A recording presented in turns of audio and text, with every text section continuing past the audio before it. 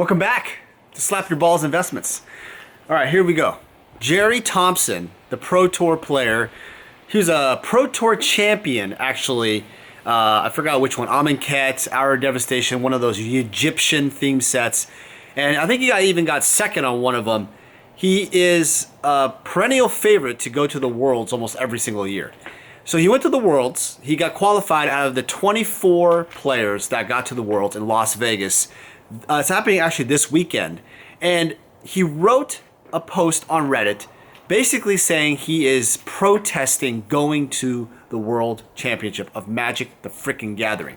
I mean, this is the Super Bowl of Magic the Gathering. Let me just say, it is so difficult to go to Worlds. You not only have to be like one of the best players, you know, basically in your country, you have to be the elite of the elite of the elite. I mean, for those of you who try to ever top 8 a Grand Prix, top 8 a Grand Prix is small potatoes from getting into Worlds. And for Gerry Thompson, an elite pro player, to basically say protest, hey, I don't want to be a part of this event, this celebration in a way, speaks volume. So the link below of his Reddit post is below. But I want to talk to you about my thoughts on this because it actually makes a lot of sense, but also I have some commentary on what I think isn't, you know, I think what Wizards is and what it is not. So first off, in his post, and I'll let you read that, and I'm not going to go through every single item. In his post, he says that Wizards, Magic the Gathering is not a livable wage. And while Wizards doesn't have to provide that, he feels that if you are kind of promoting like, hey, this is the elite event, this could be something that they could, you know, you could be a professional one day. He feels like this could be probably misconstrued by a lot of players. Now, so my first comment on this is that Gerry, honestly, unfortunately, we all know this, when you play Magic the Gathering, you are basically doing what we call slave labor. You're promoting for the game, you know, for Wizards of the Coast. You're not really, you're doing it out of love. Slave labor as in you are basically putting a lot more hours versus what you get paid, and you're doing it at way below minimum wage in many cases because you're really doing it for the love of the game. So when you are considered a pro Magic player, unlike like NBA, NFL, all those things, you have pro sports. They get paid millions of dollars. They have sponsorship contracts from Nike and other, foot apparel, insurance companies, travel companies, whatever.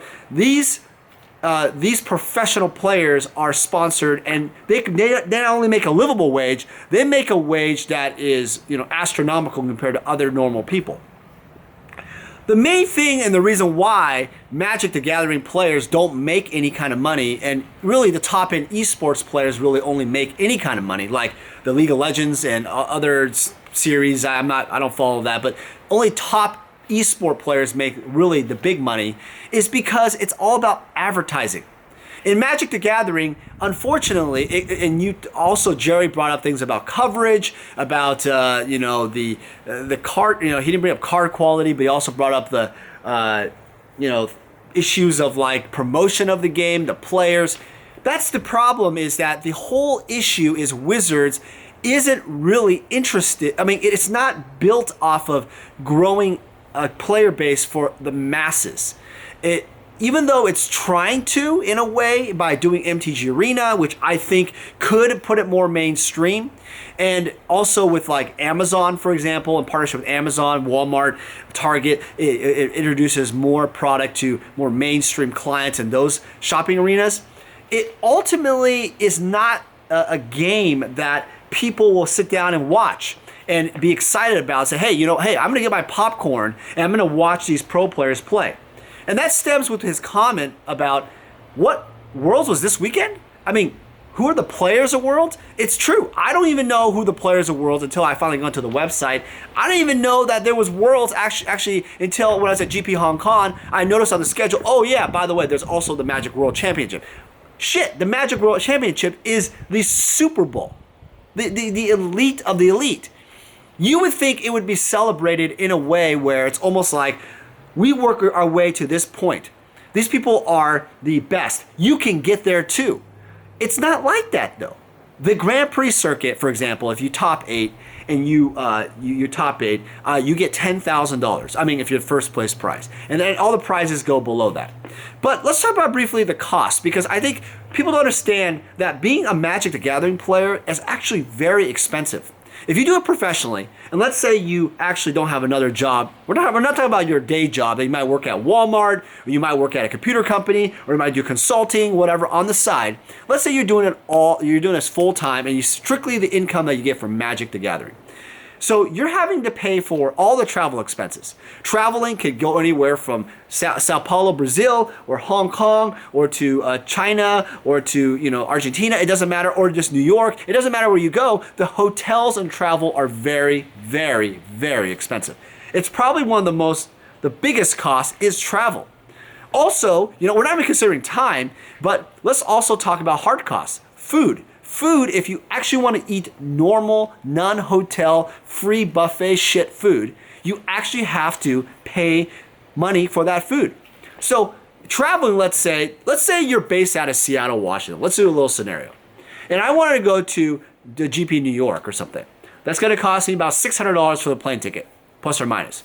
Hotel, you're going to have to be there for like Thursday to Sunday for a Grand Prix, maybe Monday. It's going to cost you at least, New York's like $200 a night. Over $1,000 with food, everything costs. And if you even, I believe, like top 8, you get like $1,000 or $1,500. I don't know, something like that. The winner gets $10,000. The second place gets $5,000. I believe third and fourth can pay $2,500, and then it goes below that. So really, you have to top 8 to just break even on your travel. I mean, does that make any kind of sense? How about the cards? They cost money. They have to they're worth something, right? So you have to buy those. Also, you have to look at your time. Time is money. I mean, if you're trying to make a living to actually maybe buy a house one day, to invest in other investments and stuff, it's absolutely a joke. You are living below the poverty line as a Magic the Gathering player because it's impossible. Mathematically, you are doomed. So Gerry Thompson, there is absolutely no way you could ever make a living on Magic unless there are external sponsors like footwear people or clothing people or Gillette or hair products or men's other products, things that will sponsor externally, Coca-Cola, whatever, like what Twitch does, right? Or I'm sorry, the League of Legends does and all the esports do. They have to have other big sponsors come in, sponsor these teams, like even like NBA 2K, the basketball game or whatever. They are sponsored by the actual team of the team, like Dallas Mavericks, or they all have a team, right? The Bulls have a team, every team, Golden State Warriors, all have an esport team, and they're sponsoring that team, and it produces advertising. It's even shown on ESPN2 or something. And the thing is, Magic the Gathering, what they're doing is they're monopolizing on their product. They're showing it on their Twitch channel, and they're only they don't want external forces to come out and become like this. So how else do you make money? Well, sponsorships. Gerry has sponsorships. He writes for Star City Games. He's done other things for other companies. TCG Player, has sponsored other players. Channel Fireball. So if you look at it, other vendors have to actually sponsor these people to actually have supplemental income to survive. He also puts in there like Wizards communication sucks and there's not enough correspondence and it's not timely. You're right. It actually affects sponsorship opportunities because you don't really give the sponsors kind of the full rundown of what is to come ahead so they can see the ROI to be sponsoring these players. And that's the problem is Wizards doesn't care. They haven't streamlined their stuff. I don't know if they really give a shit, about this because ultimately they're all about selling more cardboard and more Magic Online tickets or whatever the heck it is. They don't care about. You're not their contractor. You're not even their contractor. You're just attending their little show and you are just part of the race. And if you get there, that's great. If Wizards truly wanted to celebrate Magic Gathering players, they would overhaul this completely. They would put way more money into it. They would put way more resources into it. they would improve, like he said. The coverage is not spectacular. It's not exciting. It's not engaging. It's kind of watchable, but it's really like podcast stuff. Like, oh, this guy did this with the same deck we've seen over and over again. Oh, great. Oh, yeah. Oh, he needs to top deck this. Okay, great.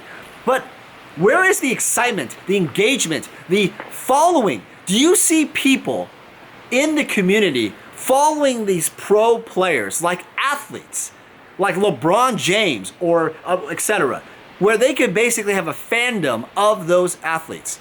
That's the purpose, I believe, of pro sports, is to have, and then for Magic, pro players, is to have a fandom behind those players. Unfortunately, what happens is certain players like Reed Duke, Owen Turtelwald, William Jensen, they are sponsored by like Ultimate Guard or Ultra Pro or Channel Fireball, whoever it is at a certain time. I think Wizards might even sponsor. The Magic Gathering actually sponsors some of the teams themselves, or I don't know. There's specific type of products and such. So it kind of gets, kind of to the point where are the external sponsors? Why don't they come out and want to sponsor Magic the Gathering? And that's all due to money. There isn't enough ROI. I mean, you're basically all sponsorships care about people watching the Twitch, watching the shows. And if you look at the Magic World Championship, I've been on there once in a while. I've seen either like 1,500 to 8,000 viewers on Twitch. That's it. That's it. I think that guy Ninja on Fortnite gets like minimum 50,000 viewers to hundreds of thousands of viewers every single stream for not a championship thing, just to stream watching him play Fortnite. The guy gets way more publicity, and advertisers would rather, obviously if you're an advertiser, you would rather get more views onto your product than, just something that just gets a little bit. So you have to understand that's the main issue, is that there's no money for advertisers to put money into it because the game itself, the way it's set up, is just not conducive for that. So all that leaves is the opportunity of Wizards taking accountability to say, hey, we're going to put internally $1 million prize pool for just the World Championship. We're going to up all the Grand Prix. If you win the Grand Prix, $50,000. Holy shit, that's a lot of money. That's not a lot of money to win, but how about this? How about this idea? Why don't you lower the amount of Grand Prix, and you lower the amount of Grand Prix and you do bigger prizes. And you do bigger prizes, so there is a way for pro players to essentially get a livable wage. Now, you might argue and say, well, less Grand Prix, but that means that they're not going to come to every city and such. Well, however, this does answer the thing about livable wage, because if you pay them more money per Grand Prix, you're going to get more players to come in, and it's then worth it to compete and to fight and to get that prize because the prizes are so big. What if you did $100,000 per Grand Prix to the winner? Wow. Those players would fly and do less Grand Prix, less logistical stuff, and make it more of a con, like a Gen Con, or more like a spectacle. Every event is a spectacle. Every event is bigger, bolder, right? There's opportunities to, and then he says something about doing more pro tours and more stuff like that. I agree with that. So let's say you strengthen, let's say this event is, like you have top 8, but let's say you extend it to top 16, and then you can go the pro tour. There's certain levels of changes that occur, right? The points are changed, where then you have more, you double the amount of pro tours or something. And then you increase the prize pool. So lessen the Grand Prix and the minutia that way, make them a bigger event, and then increase the prize pool, and then make everything more bigger spectacle. If you're not willing to do the current frequency events and bigger prize pool, obviously it costs a lot of money. So, some other points that he also made, were about Alex Bercini and the couple cheaters that were involved, and they're still playing Magic. He also talked about some of the minutia and some of the things that occur in Wizards. Look, the reality of what this is for us is this is a mega corporation that really is moving to a different direction. they do not look at the Magic Pro Tour the way it used to be. They solicit feedback and when they want to, and they rarely act upon that feedback.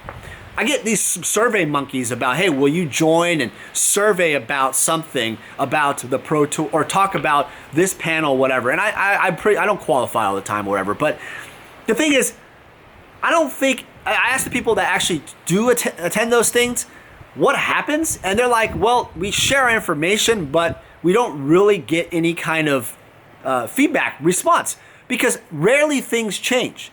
There's already internal politics. There's people higher up in the ivory tower that basically already know what they want to do, and you basically are only going to agree with the things of some of the things they have, and they may make small changes here and there. I don't think it's ever going to change if there isn't bigger reform. If pro players realize that the only way you can make a livable wage and make this anything serious is really just to protest, just like Gerry. It's not to even play. To say, hey, look, I don't want to do this because I can't live. I can't make a living. I could work as a McDonald's manager, make $100K a year, and I can make more money for my life than play Magic the Gathering. That's pretty sad to say that. Is that, you know, a corporate job like McDonald's manager, which is, no, I'm not saying McDonald's manager is a bad job, makes a better wage than something you actually enjoy. And that just shows you that there's no value in the pro player system in terms of a monetary compensation. All right, Gerry, well, if you're watching this, Gerry, or if you support Gerry, I support him. I think what he did was noble. It reminds me a lot of the Colin Kaepernick thing where he told, believe in something even means sacrificing everything.